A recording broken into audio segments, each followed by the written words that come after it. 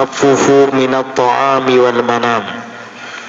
Dan di antara adab seorang penuntut ilmu adalah at-takhaffuf, ringan-ringan saja, sedikit, minat ta'am, daripada makanan, wal manam, dan tidur.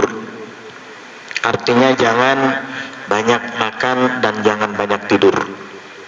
Ini adalah salah satu di antara sifat yang harus dimiliki oleh penuntut ilmu. Qala Sahnun rahimahullah. Sahnun rahimahullah mengatakan, apa kata beliau? La yasluhul ilmu liman ya'kulu hatta yashba'. Tidak pantas ilmu itu untuk orang yang makan sampai kenyang.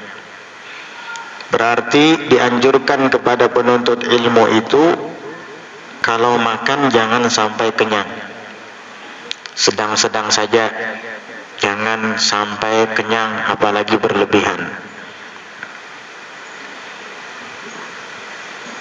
Wa min hikmati Luqman al-Hakim, dan di antara hikmah Luqman al-Hakim, beliau mengatakan, ya bunayya, wahai putraku, idzam tala'atil ma'idatu namatil fikrah. Apabila penuh lambung makanan, lambung perut, namatil fikratu, maka akan tidur pemikiran. Artinya, jika lambung perut kita ini tempat menampung makanan penuh, maka pikiran kita akan tidur, sehingga ide-ide atau gagasan-gagasan yang baik itu tertutup dari pemikiran kita, karena ia tertidur akibat kebanyakan makan. Sehingga kebanyakan makan itu bisa menghilangkan kecerdasan. Wa kharisatil hikmatu, dan hikmah akan membisu. Orang yang kekenyangan perutnya tidak akan membicarakan hikmah, lisannya tidak akan mengungkapkan kata-kata hikmah. Wa qa'adatil a'dha'u 'anil ibadati, dan anggota badan pun akan duduk daripada beribadah. Maksudnya malas. Kalau perut sudah kenyang, anggota tubuh kita terasa berat sehingga malas untuk beraktivitas, apalagi beribadah. Bekerja saja malas karena perut kenyang, apalagi beribadah. Karena di samping badan terasa berat untuk beribadah, ditambah lagi godaan-godaan syaitan yang senantiasa menghalang-halangi kita untuk beribadah. Sehingga dengan banyak makan kita sama saja membantu syaitan untuk meninggalkan ibadah. Karena syaitan itu selalu berusaha supaya kita tidak beribadah. Lalu kita makan sampai kenyang perutnya, ya sama, berarti kita membantu usaha syaitan untuk kita meninggalkan ibadah. Kenapa orang-orang zaman dahulu itu cerdas-cerdas? Sampai-sampai dikatakan Imam Syafi'i itu sekali melihat langsung hafal, sekali melihat tulisan dan membacanya langsung hafal. Dan hafalnya itu bukan pada saat itu saja, seterusnya. Kita kadang menghafalkan susah payah, hanya dapat satu baris, dan pada saat itu saja hafalnya, besok lupa. Imam Syafi'i tidak, begitu menghafalkan dan melihat langsung hafal dan seterusnya. Dan kenapa orang-orang zaman dahulu itu ahli hikmah? Ibnu Athaillah As-Sakandari mengarang kitab yang diberi judul Al-Hikam, yang artinya kata-kata hikmah. Al-Habib Abdullah bin Alawi Al-Haddad juga mengarang kitab yang diberi judul Al-Hikam, sama kata-kata hikmah. Artinya mereka itu kalau berbicara yang keluar dari lisannya adalah kata-kata hikmah. Kenapa? Karena mereka tidak pernah membiasakan makan berlebihan sampai kenyang. Begitu cerdas, hikmah. Dan kenapa orang zaman dahulu itu semangat dan kuat beribadah? Al-Imam Ali Zainal Abidin setiap malam mampu melaksanakan sholat sunat sampai 1000 rakaat dan tidak mengantuk. Karena mereka kalau makan tidak kenyang. Beda dengan kita. Iya, 2 piring itu kada cukup. Belum kena cemilannya pulang, sudah 2 piring makan, duduk ngopi pisang goreng pulang, wadai kelemben, roti manis, udah 2 piring makan, cemilannya banyak lagi. Pantas jangankan sembahyang 1000 rakaat setiap malam, yang 5 waktunya koler digawi. Nah ini berarti efek daripada makan berlebihan. Nah alhamdulillah berkat belajar, berkat menuntut ilmu, ternyata sebab yang selama ini kita tidak mengetahuinya sekarang menjadi tahu. Ini ternyata biang keroknya. Nah, kalau sudah tahu sebabnya, kenapa pian tidak bisa menghafalkan pelajaran yang sudah dipelajari? Kenapa tidak bisa mengingatnya dengan baik? Kenapa kalimat yang keluar dari lidah kita tidak mengandung hikmah? Kenapa malas beribadah? Ternyata biang keroknya, sebab utamanya tuh kalau makan terlalu berlebihan, kekenyangan terlalu berlebihan, itu ternyata sebabnya. Nah, berkat menuntut ilmu kita tahu, wah pantes saya malas ibadah, pantes saya sering lupa pelajaran. Ternyata itu ya sebab utamanya. Nah ini ternyata ini jawaban dari pertanyaan kita selama ini. Ya kan banyak yang bertanya, kenapa ya saya itu ibadah malas sekali. Nah ini jawabannya ini. Kamu makan terlalu banyak sehingga berat badanmu. Begitu. Wa 'anil Imam Syafi'i rahimahullahu taala, dan dari Imam Syafi'i rahimahullahu taala qala, beliau mengatakan, ma syabi'tu mundu sitta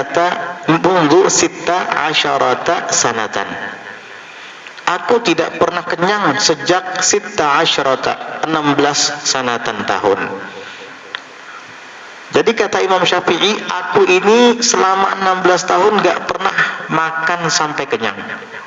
Oh pantas, sekali melihat membaca langsung hafal.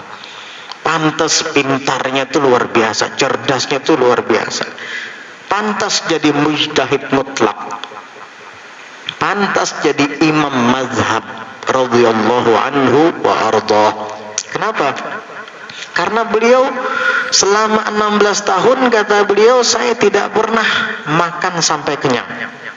Illa syaba'atan, kecuali sekali pernah kenyang. Torahtuha min saati, di mana rasa kenyang sekali itu torahtuha, aku tinggalkan ia min saati, dari saat itu juga. Artinya ketika itu aku makan sempat kenyang, dan aku merasa ternyata pengaruh dari kenyang itu membuat aku malas ibadah, mengurangi kecerdasanku, mengurangi hikmah yang keluar dari lidahku. Dari saat itu juga aku tinggalkan torahtuha, aku singkirkan rasa kenyang itu. Jadi selama 16 tahun, kata beliau, aku tidak pernah kenyang jika menyantap hidangan makan. Nah, kita selama 40 tahun atau 50 tahun kada pernah kelaparan, kenyang terus. Lianna syab'a, karena sesungguhnya kenyang itu yuthqilul badana, dapat memberatkan badan, wa yuqassil qalba, dan mengeraskan hati, wa yuzilul fitnata, dan menghilangkan kecerdasan, wa yajlibun nauma, dan menarik rasa kantuk tidur, wa yud'ifu sahibahu 'anil ibadati, dan melemahkan sahibahu, orang yang kenyang itu, 'anil ibadati, daripada beribadah. Orang yang kekenyangan perutnya lemah untuk melaksanakan ibadah. Orang yang dalam keadaan normal saja malas ibadah, ditambah lagi makan sampai kenyang, ya, 2 kali lipat malasnya itu. Malas karena badannya berat, malas karena tidak kuat melawan syaitan.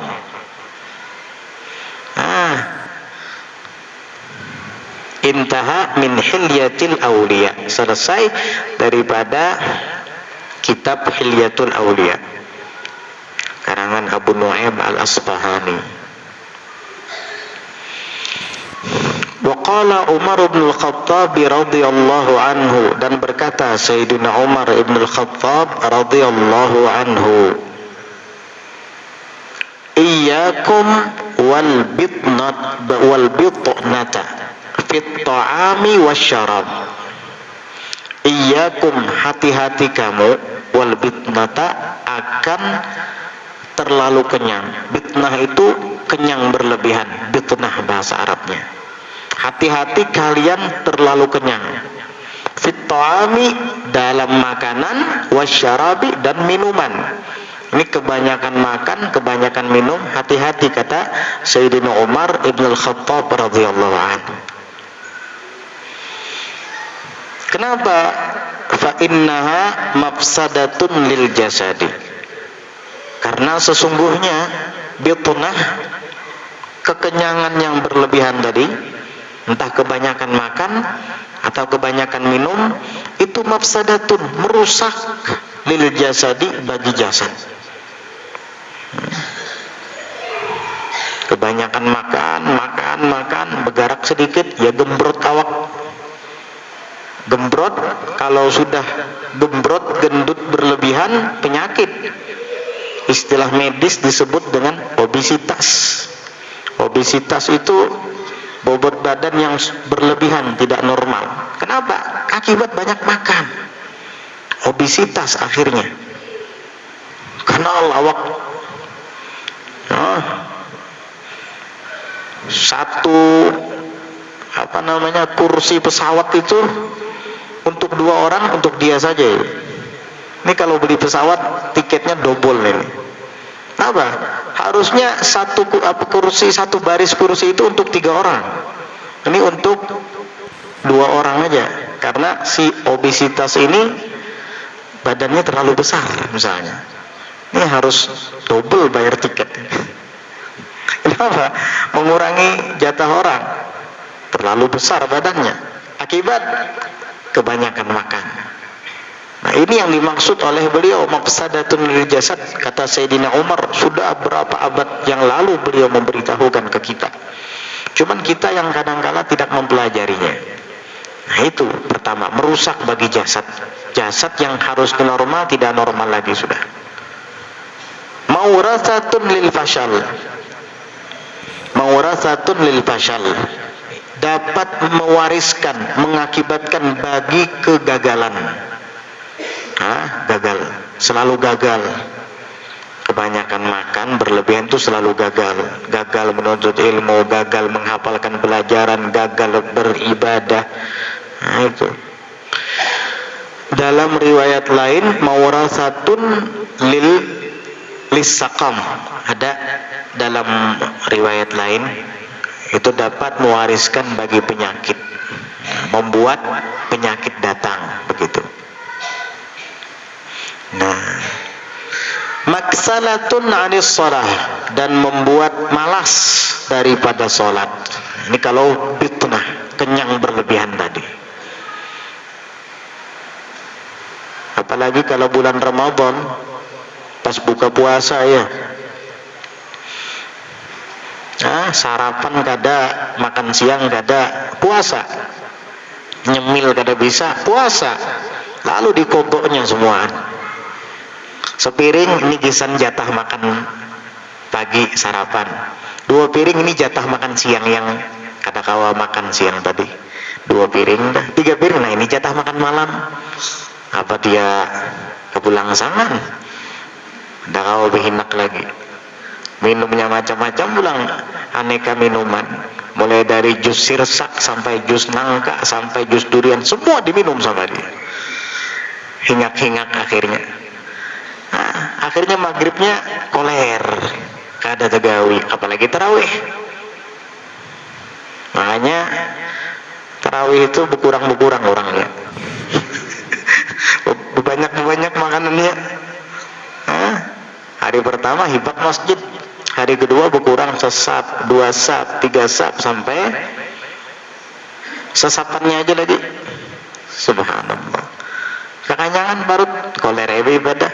Ini sudah lama Sayyidina Umar ibn Khattab menyampaikan maksalatun 'anis shalah, membuat malas daripada melaksanakan salat.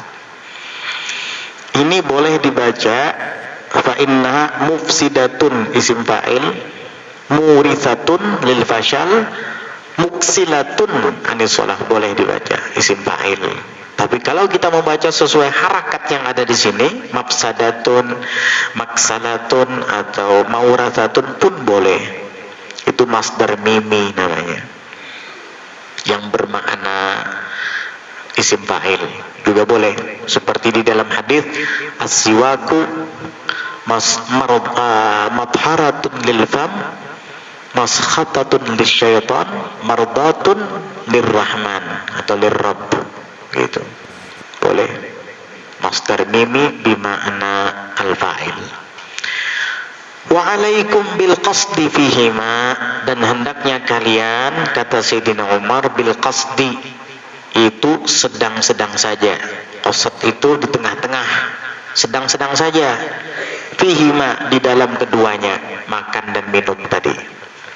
Artinya bukan berarti kamu dilarang untuk kenyang. Gak apa-apa kenyang, tapi jangan berlebihan. Minum jangan berlebihan.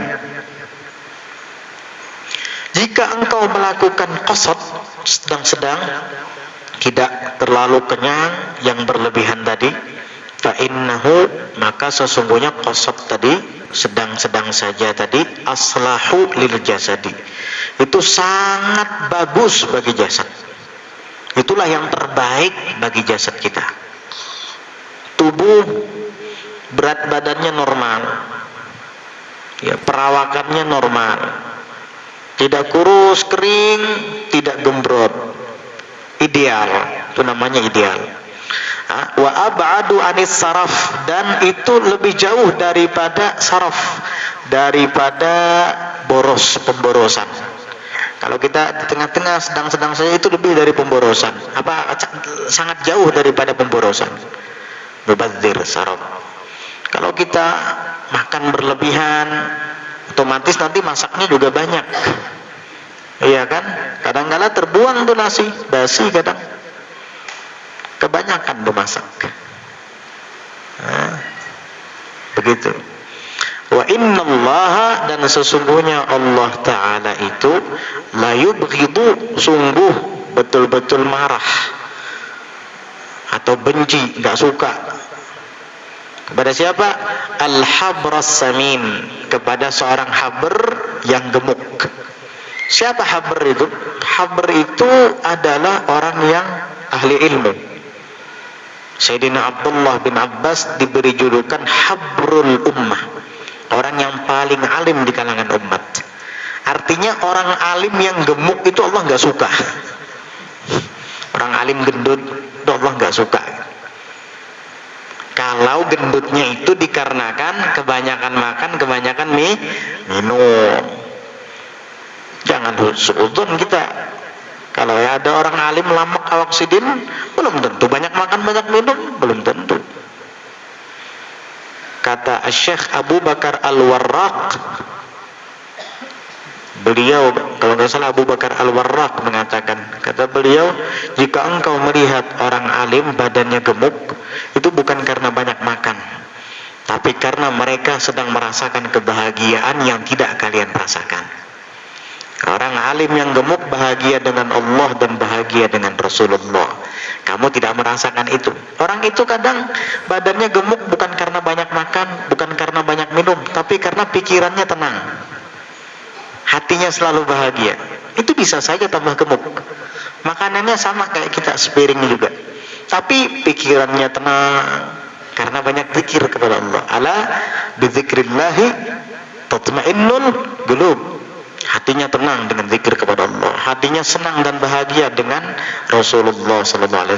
Itu kadang badannya gemuk, iya, bukan karena faktor banyak makan, enggak. Nah, jadi yang dimaksud di dalam perkataan Sayyidina Umar ini, wa innallaha la yubghidu al-habras samin, dan sesungguhnya Allah Ta'ala itu benar-benar benci, tidak suka, marah kepada orang alim yang gemuk karena banyak makan, banyak minum. Tapi orang alim yang gemuk bukan karena itu nggak apa-apa. Banyak ulama-ulama badannya besar-besar, gemuk-gemuk, tapi bukan karena banyak makan, banyak minum, tapi karena banyak makan makanan ruh. Banyak makan makanan ruh, zikrullah dan sholawat kepada Rasulullah SAW. Bahagia. Nah, jadi orang bahagia itu kadang badannya gemuk karena tenang pikirannya.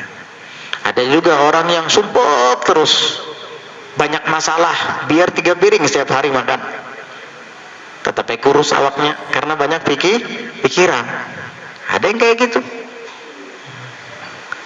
Nah, ada yang kayak gitu.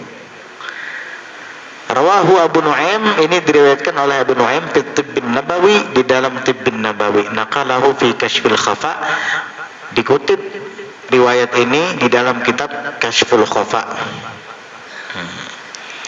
Dari mana Sayyidina Umar Ibn Al-Khattab radhiyallahu anhu wa ardhah itu mengambil bahwa al-bitnah itu kenyang yang berlebihan dalam makanan dan minuman itu dapat merusak badan, dapat membuat kita gagal dalam segala sesuatu, membuat malas daripada sholat, membuat penyakit dalam tubuh. Itu beliau mengatakan tentunya dari gurunya. Beliau mengambil kalimat atau faidah ini dari gurunya. Siapa guru Sayyidina Umar? Nabi Muhammad sallallahu alaihi wasallam. Al-Imam Al-Baihaqi di dalam kitab Syu'abul Iman meriwayatkan, ma mala'a adamiyun wi'aan syarran min batnih. Tidaklah manusia itu memenuhi suatu wadah yang lebih buruk daripada perutnya. Wadah, kalau yang kita penuhi adalah wadah menampung air, ember misalnya, bagus, kamu penuhi saja embermu, kamu penuhi saja tandon-tandon yang ada di rumahmu. Tapi ada wadah yang tidak baik dipenuhi, ada wadah yang tidak bagus dan sangat buruk jika dipenuhi. Apa itu? Perut. Ma mala'a adamiyun wi'aan syarran min batnih. Tidaklah seorang adami, manusia itu memenuhi suatu wadah yang lebih buruk daripada perutnya. Jadi perut jangan dipenuhi. Apa kata Nabi? Hasbu bni adama luqaimatun yuqimna sulbahu. Cukup bagi anak Adam itu, manusia itu, beberapa suap saja, yuqimna sulbahu, yang dapat menegakkan tulang sulbinya. Maksudnya yang membuat dia sehat dan bisa beraktivitas. Cukup beberapa suap saja. Dan jikalau memang dia harus lebih daripada itu, gak cukup saya cuma beberapa suap, saya pengen lebih nyaman lah di perut, silahkan kata Nabi, fathuluthun lit-ta'am wa thuluthun lisyarab wa thuluthun lin-nafas. Kalau mau juga, kata beliau, lebih dari beberapa suap, ya sudah, kamu kira-kira 1/3 untuk makan, 1/3 untuk minum, dan sisa 1/3-nya lagi untuk ruang bernafasmu. Kalau begini, kamu akan sehat. Jadi kalau mau sehat, makanannya jangan berlebihan, minumnya jangan berlebihan, sisakan ruangan untuk kita bernafas. Bagaimana caranya? Ya, kita yang mengira-ngiranya sendiri.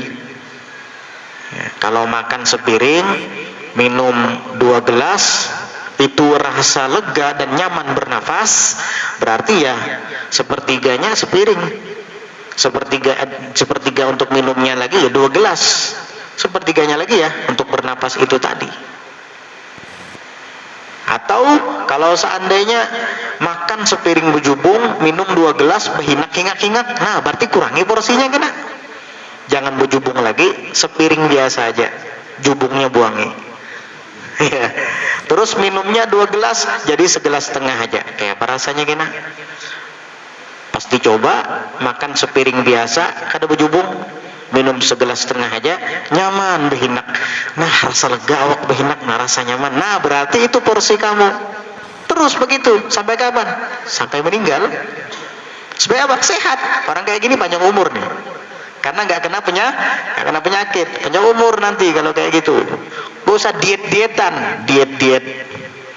Puasa Senin Kamis niatnya diet. Orang puasa Senin Kamis biar dapat pahala ya, diet niatnya. Selajur menyelajur. Ya. Gak usah diet-dietan kalaunya pola makan teratur. Saya ikut program diet Bib, sama ada orang ngasih saya tips-tips diet. Saya bayar setiap bulannya sekian. Bagaimana programnya? Jadi Bib, makan tuh sebisukan tuh ada boleh kita makan nasi. Kalau hendak makan nasi siang-siangan aja tuh kan sedikit. Oh gitu. Kalau malam kada boleh juga makan nasi. Kan kayak itu caranya biar kalau sobat programnya itu biar urus aja awak. Sudah mulai awal dikasih tahu sama Nabi. Dietnya punya Nabi itu sudah bagus. Nah, kalau pian mau mengamalkan ini, makan 1/3, minum 1/3, sisanya kosongkan untuk bernafas. Senin puasa, Kamis puasa. Karena datang bulan Muharram, Tasu'a dan Asyura puasa. Karena bulan Dzulhijjah mulai 1 sampai 9 hari Arafah puasa. Belum jamin biar kada mungkin obesitas, kada mungkin timbangan badan, berat badan itu akan berlebihan. Enggak. Asal sunnah Nabi digawi. Tapi ya itu berat. Kadang-kala berat melakukannya. Tapi disitulah letak kesehatan yang sebenarnya. Gak usah ikut-ikutan program orang diet. Begitu aja sudah sehat insyaallah. Ya, sehat insyaallah. Ini riwayat Abu Nuaim juga yang meriwayatkan dari perkataan Sayyidina Umar bin Khattab, dan di dalam kitab At-Tibbun Nabawi. Tibbun Nabawi itu artinya adalah obat ala Nabi. Artinya obat yang diambil dari hadis-hadis Nabi. Ternyata ada tips sehat seperti ini, tips hidup sehat seperti ini. Jangan makan berlebihan. Cukup makan mengisi 1/3 lambung perut kita, minum sisanya untuk minum, dan itu juga 1/3, kemudian sisanya dikosongkan untuk bernafas. Enak, nggak kena asma, nggak ada asam lambung, nggak mah gitu ya. Asal istiqomah mengikuti sunnah Nabi. Inilah Nabi kita Muhammad sallallahu alaihi wasallam, sampai dalam perihal makan dan minum diatur dalam Islam. Urusan makan minum aja diatur sama Nabi. Betapa perhatiannya beliau kepada kita. Supaya apa? Supaya kita umatnya ini sehat. Nabi itu peduli dengan kesehatan kita. Terbukti rahmatnya Nabi kepada alam semesta aja rahmat, apalagi kepada umatnya. Alam semesta ini kan mencakup semuanya, jin, manusia, tumbuh-tumbuhan, binatang, bahkan orang kafir dapat bahagian dari rahmat Nabi. Kalau nggak dapat bahagian dari rahmat Nabi, mati orang kafir itu semuanya. Itulah Nabi kita. Kalau mereka mendapat bahagian dari rahmat Nabi, apalagi kita umatnya sallallahu alaihi wasallam. Sampai dalam hal makan dan minum saja kita diatur sama Nabi supaya kita sehat. Itulah rahmat beliau. Rahmat itu belas kasihnya beliau kepada kita. Makanya rasanya itu bukan rasanya lagi, dapat dipastikan mustahil kita bisa membalas jasa-jasa Nabi Muhammad sallallahu alaihi wasallam. Kita hanya bisa mendoakan dan mengucapkan jazallahu anna sayyidana Muhammadan sallallahu alaihi wasallam khairan an ummati. Itu aja lagi.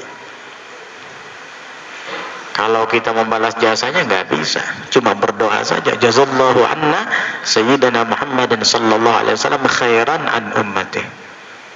Semoga Allah membalas kebaikan kepada Nabi Muhammad sallallahu alaihi wasallam akan jasanya terhadap umat ini. Sallallahu alaihi wasallam. Al-faslu tsalits, pasal yang ketiga, adabul muta'allimi ma'a muallimihi. Adab-adab seorang pelajar, seorang penuntut ilmu, ma'a muallimihi, bersama gurunya, terhadap gurunya. Nah, apa kira-kira adab seorang murid kepada guru? Insyaallah nanti akan kita bacakan di pelajaran berikutnya.